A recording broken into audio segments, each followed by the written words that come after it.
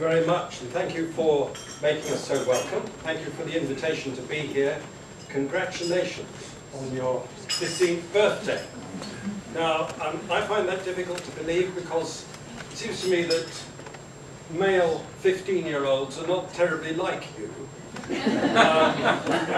Nobody's grunted at me tonight so far. Nobody's found it necessary to pop out to the bike sheds for a quick fag, or texted their girlfriend surreptitiously, at least not on this table. So it doesn't feel quite like an adolescent male here, but clearly that's what is being celebrated tonight, and it's a terrific story. Your 15 years of going from strength to strength since the beginning. I can remember my early encounter. In fact, Rafe and I were recalling it when I first came to Leicester in 1999 and came to meet the men behaving acceptably in the pub in Rothley. Some of you may recall it as well, although I hope not in too much detail, but it was in the run-up to Christmas. And we were having one of those conversations with question and answer to the new bishop. And one of the group, and it may have been one of you, and if so, can we have a word afterwards? Said something like this, and I remember it because Sandra Herbert, who at the time was doing Radio Leicester's Sunday programme, had come to this event with her recording machine. And the question and answers were going reasonably well until one of the gentlemen said, well, Bishop, we've got young children at home. We've bought a crib set, which we've put on the sideboard, and we've put the figures of the Holy Family there, and the wise men, and the donkeys, and the cattle. But he said, I've got a question that I want to ask. And my question is, why am I to believe that Joseph and Mary had not had marital relations before the birth of the baby? And Sandra Herbert eased forward with her recording. The pub went silent. People took out their notepads. It was one of those electric moments. Of course, you all want to know what answer I gave, and see me afterwards. But in a way, that was right at the heart of what MBA was all about. Asking the real questions, asking them unguardedly, directly, without deference, trying to stimulate thought, conversation. And I, as I say, congratulate you for the way you've managed to do that. It's very good to be here with a group like this in Rothley. Rothley has made a real contribution to the life of the diocese over the time that I've been here. Somebody referred to earlier, Nick Baines, who has gone to be bishop of some obscure place in the north. I can't quite remember where it is. I'm sure he'll remind me next time he sees me. But also others here continue to make their real contribution. Rob, the vicar, now a canon of the cathedral, area dean, and in so many other ways, enriching the life of the whole diocese. David, who occasionally, I understand, pops into De Montfort University, but most of the time chairs meetings in the diocese and makes a huge contribution. And Rafe, sitting next to me tonight, who's turning his hand to sorting out St. Martin's House, and we're hugely grateful to him, and many others of you as well, who play your part both in the parish and in our wider life. We're grateful to you, and it's a real privilege for me to be here with you tonight. Well, your story of 15 years coincides largely with my story of 12 years as Bishop of the diocese. It's a time when a huge amount has changed, and you'll be aware of changes in the parish, changes in your own life, changes in MBA, but let me just draw your attention to one or two changes that I notice in the world that I move in. I became bishop here in June 1999. First I heard about it was a letter arriving when we were living in Ipswich from somebody who signed himself Tony Blair. And it was one of those kind of standard letters, except that it had 3 typing errors in it. It kind of said, you know, your name's been recommended to me to be the next Bishop of Leicester, and before I send it on to the Queen, would you please indicate that you're happy to accept? Now, all that's changed, and incidentally, the person who you can blame for that particular development is amongst us tonight in the form of Professor Wilson himself, who of course in those far-off days had never met the person who he participated in the appointment of to be Bishop of Leicester. So that's one significant thing that's changed. We now have a process for appointing bishops and deans and archdeacons completely different, that's changed dramatically in less than a decade, and probably for the better. But I participated just a couple of years after I got here in a process appointing the Archbishop of Canterbury. I mean, I didn't see why only former vicars should name drop.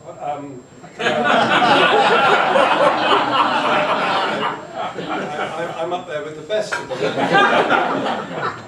But the process in those days was that a new Archbishop of Canterbury had to be appointed by a commission, and the commission had to have a representative bishop on it, and it had to have a representative bishop whose chances of becoming Archbishop of Canterbury were so vanishingly small that he could reliably be on the commission without getting in an embarrassing position. So it fell to the Bishop of Leicester to be there, and a fascinating process it was. We were all sworn to secrecy, so it all appeared on the front page of the Times 36 hours after we'd finished. But one of the things I remember most as we examined the names of what I think Winston Churchill called looking for a half-crown item in a tuppenny halfpenny bazaar, I think he referred to the appointments of previous Archbishops of Canterbury, was it coincided with the 2002 World Cup, and we were all meeting in a convent in Surrey, and some of us found it necessary to go and watch England playing Nigeria until the chair of the commission said, we're running late, we can't possibly go on with this. So we met to discuss the appointment of the Archbishop of Canterbury, wondering about the outcome of this very important game, until the warden of the retreat house walked past carrying the score and outside the window. Well, this is how ecclesiastical history is made. All those processes have changed dramatically and are simply a symptom, really, of a very fast-changing church that's changing and adapting in all kinds of ways to a very fast-changing world in the 21st century. I'll just share one or two landmarks with you. Of course, there was 9/11 very soon after I got here. We marked the 10th anniversary of that just a few weeks ago. It was a very dramatic day. We all remember it in different ways. I remember getting back to my office early in the afternoon, I think it was about 2 o'clock, wasn't it? 9 o'clock New York time, watching these events unfold on the television in my house, and then taking a call from Radio Leicester. We need to talk to the bishop. I don't know, what do you want to talk about? We're not quite sure, but we need to talk to the bishop. There was some kind of feeling that somebody religious needed to comment on this event. And I always remember the radio van coming up to Bishop's Lodge and setting up very quickly in my room, and we began a conversation live on air. And as we cut back to the studio, I said, well, we're running up to 6 o'clock. What are you going to do about the news? And the Radio Leicester interviewer said, we won't worry about that. We want you to say a prayer. It was a very interesting moment. when people were so concerned about what was happening to their world and looking for some kind of spiritual anchor to hold on to. And of course, the consequences of what's flown from that dramatic day have affected all of our lives, not least in the city of Leicester, where, as we know, we live in one of the most multi-religious communities in the country, indeed in the world, and where we've had to explore all kinds of ways in which the Christian community can act as part of the catalyst for bringing different communities together, to talk about our faith, to understand each other more, and to respond to our Lord's command to love our neighbour as ourselves. And the list of changes goes on and on. You can all, no doubt, think of many of them. A church which I think in the last decade has begun to attend more and more to the question how we reach out to communities and to neighbourhoods with which over the last 2 generations the church has almost completely lost touch. We may not feel that's the case in a community like Rothley, with a strong parish church, a strong sense of community and cohesion. But we don't have to go very far from here to the outer estates of Leicester or to the deep rural areas to know that there are places where really any sense of connection to the church has almost completely evaporated, and people under the age of 30 are growing up with no sense of the narrative of the Christian faith within them at all. That's become the great challenge for the church, of course, in the last 10 years, and there's so much more I could say about it, but we're beginning to see ways in this diocese in which we're experimenting with what's now called fresh expressions of church, churches meeting in cafe styles, churches meeting other than on Sundays with all kinds of groups. The other day I was invited to go to a football church, whatever that turns out to be, but clearly it's a group of youngsters meeting to play football and then having a time to pray and explore their faith together. We've got new churches planted on outer estates, in the Hamilton estate in northeast Leicester. We've got a new church developing in the city centre, particularly with students and others, called Presence. We've got a youth centre which also functions as a church in Shepshed, which rejoices in the name Passion. They came across that name because the premises in which the young people meet was formerly a massage parlour, but now used in the service of God. And there are many other changes too. We begin to see opportunities for the church through what the present political rhetoric calls the big society. It's exploring what it might mean for our communities to recover a sense of responsible citizenship, recovering a sense of what it is to be the we society rather than the me society, to explore how neighbours take responsibility for each other and so on. This is very close to some of the values the Church of England has always had at its heart, and some of us have been in conversations with government, with select committees in Westminster and with others about how the Church of England can be a leader in enabling our communities and neighbourhoods to be much more responsive to each other. We have a programme called Near Neighbours, developed partly by key people from this diocese, funded by the Department for Communities and Local Government, encouraging localities to get to know their neighbours more effectively, particularly in multi-racial areas. We have some 30 schemes beginning to be developed in the city of Leicester at the moment. So these are all signs of change, a changing church seeking to be faithful and to respond to contemporary challenges as we see secularism developing in so many ways. I have to say to you, though, that some things seem not to change at all. Some of the strange and more obscure habits of the Church of England remain just as they were. This may be a comfort to some of you. When I was first appointed as bishop, I had to go and do what every bishop has to do, which is to pay homage to the Queen. I didn't know what that entailed, but I was sent some instructions to turn up to Buckingham Palace at a certain time, and as a new diocesan bishop wearing what's known as convocation robes. Those are the ones without the pointy hat, David. It's, I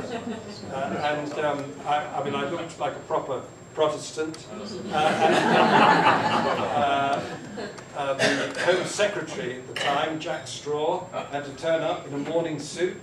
It all sounds terribly grand, and wait to go in to see the Queen.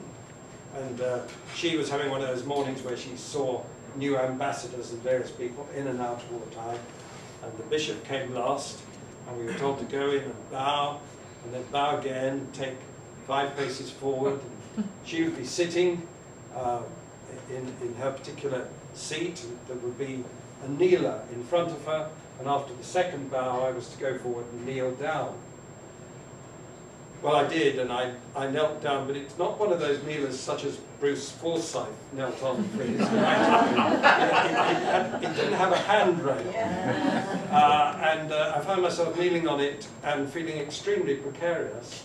And the Queen, at that moment, holds her hands like that. The bishop is supposed to put his hands between hers.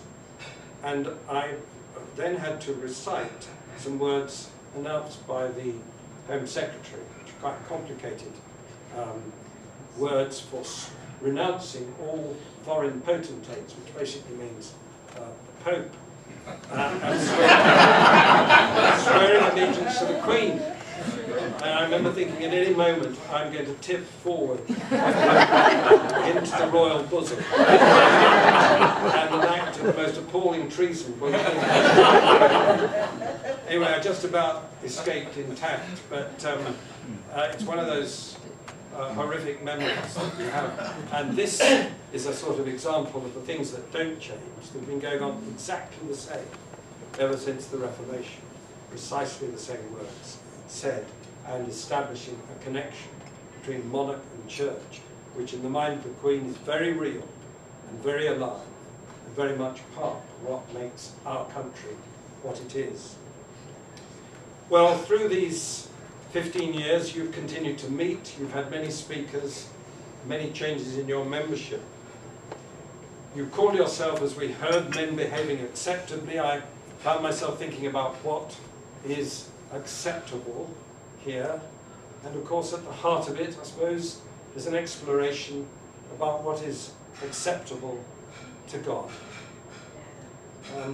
I was thinking of 2 remarkable figures who in different ways have inspired me in the last couple of years. One was that man about whom I know very little, who died recently, Steve Jobs, the Apple Mac man, who so tellingly 5 years ago spoke at the graduation ceremony at Stanford University and told them that he'd been diagnosed with pancreatic cancer and said, live every day as if it was your last, because one day you'll be right. And went on to tell them that right to the end of their life they're to go on seizing opportunities to be fully alive. I often think of him and the impact he had on so many people, way beyond the commercial world in which he operated. And also Archbishop Desmond Tutu, who came to Leicester a couple of months ago and stood up in front of 1,500 medical students in De Montfort University and had 3 minutes in which he told them that God had a purpose for them. This was a secular university, a secular occasion, where the Archbishop immediately spoke, very directly, of the things he most cared about, and said to them, whatever you do, dream dreams, and find out what God wants you to do. Acceptable behavior is behavior that reflects the example of the one we all seek to follow, Jesus Christ. Because I suppose as we go through life, if we think at all, we realize that it is actually his example which, more than anything else, transforms us into what we could be. And that's a worthwhile struggle for a lifetime. You know, as we look around the world now, every moment is a moment of crisis, but very few as critical as the one we're presently living through. I think in the last century we experimented with socialism and Nazism, found just how destructive they both were. I have a feeling the experiment with rampant free market capitalism is turning out to be equally destructive, equally divisive, equally undermining of any real sense of community and nationhood. This is a great opportunity for the Christian church to offer the world a different example, a different way to live, and a joy beyond anything else that we can ever find.